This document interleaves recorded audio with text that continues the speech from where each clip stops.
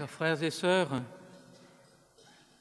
chaque année ou presque, ça dépend du calendrier, de la date de Pâques, mais pratiquement Saint-Joseph et l'Annonciation tombent pendant le carême, avec une très forte probabilité. Et c'est donc les deux occasions qu'on a pendant le carême de chanter le Gloria. Et en même temps, Saint-Joseph est totalement absent, j'allais dire même terriblement absent de cette Annonciation.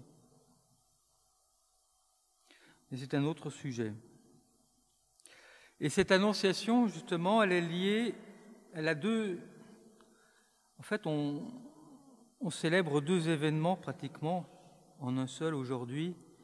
D'un côté, il y a le oui, le fiat de Marie, et de l'autre côté, il y a le fait de l'incarnation, puisque à peine Marie dira oui, que Dieu commencera une vie humaine. La deuxième personne de la Trinité, le Verbe de Dieu qui existe depuis toute éternité, à partir de cet instant-là, va commencer à connaître aussi la vie des hommes par la conception, et jusqu'à cette nature humaine va lui rester liée toute l'éternité à partir de maintenant. Donc c'est quand même pas rien. D'un côté, c'est l'unique transformation qui puisse se réaliser en Dieu, si on peut appeler ça une transformation, mais enfin quand même. Et puis de l'autre côté, il y a l'aventure de Marie, un oui qui commence avec elle, après le non de Ève, et un oui auquel nous sommes invités à coopérer, nous sommes invités à l'imiter. Marie dit oui parce que tout en elle est oui à Dieu. Marie a épousé la volonté de Dieu. Elle a épousé les vouloirs, chaque désir de Dieu. Puisque Dieu est bon, tout ce que Dieu désire est bon. Et donc, si on choisit le bien de manière totale, on choisit en même temps la volonté de Dieu. C'est le seul moyen qu'une créature a de ne pas se tromper en cherchant à faire le bien, c'est de suivre aveuglément la volonté de Dieu. Nous, notre connaissance, elle est limitée, et donc on n'aura jamais la sagesse de Dieu, on n'aura jamais Dieu qui connaît tout. On ne pourra jamais savoir plus que Dieu, et donc on aura toujours un risque de se tromper dans le choix du bien. Alors que, en choisissant la volonté de Dieu, je suis sûr de ne pas me tromper.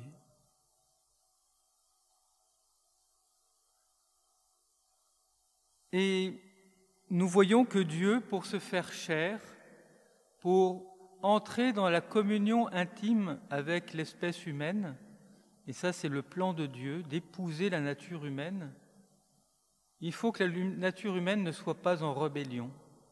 Si elle est en opposition à Dieu, Dieu respecte sa créature et il s'éloigne. Donc pour ce projet divin de partager notre nature humaine, il faut le consentement de la créature. Et c'est pour ça que Marie ouvre la voie. Mais nous pouvons continuer en disant nous aussi oui. Et chaque oui d'une créature, chaque fois qu'un être humain rentre dans la volonté de Dieu, il coopère, il participe à l'incarnation. Il devient lui-même une part d'incarnation.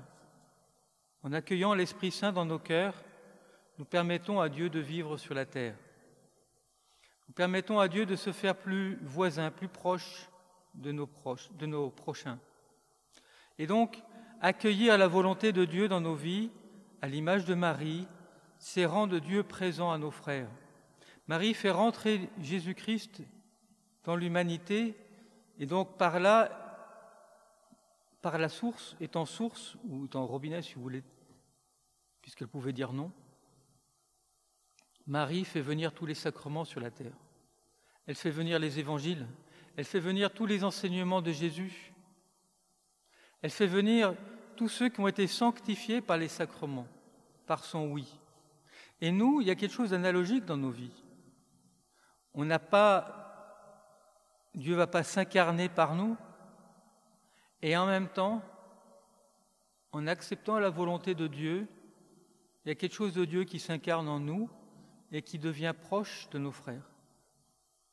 Nous coopérons à l'incarnation, nous apportons Jésus, comme Marie à Bethléem. À peine elle le met au monde, elle l'offre à tous les visiteurs. Eh bien nous, en accueillant Jésus par les sacrements, par l'Eucharistie, en faisant la volonté de Dieu, nous offrons Jésus à nos frères autour de nous.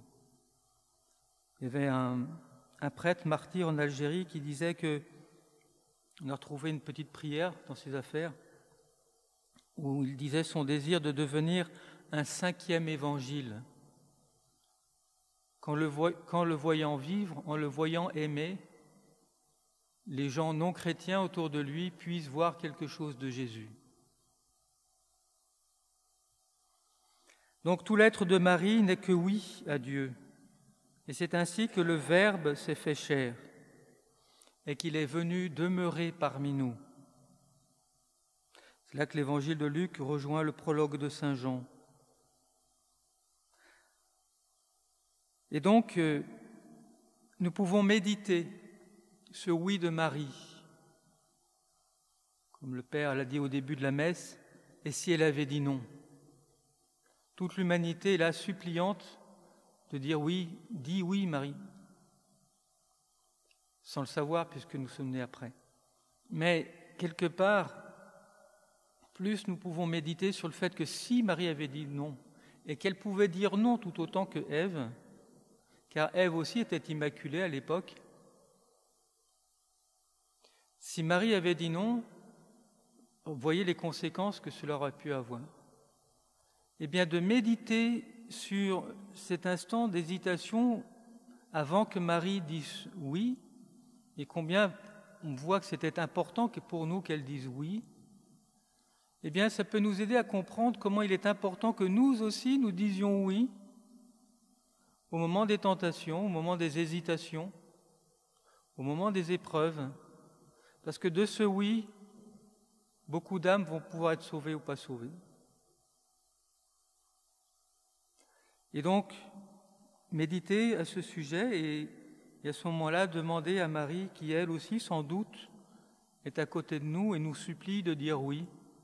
On peut lui demander de nous accompagner, de nous fortifier à l'heure des épreuves, pour que toute notre vie, nous aussi, elle devienne un oui à Dieu et qu'elle soit une porte d'entrée pour que le Seigneur se fasse proche de tous nos frères sur la terre.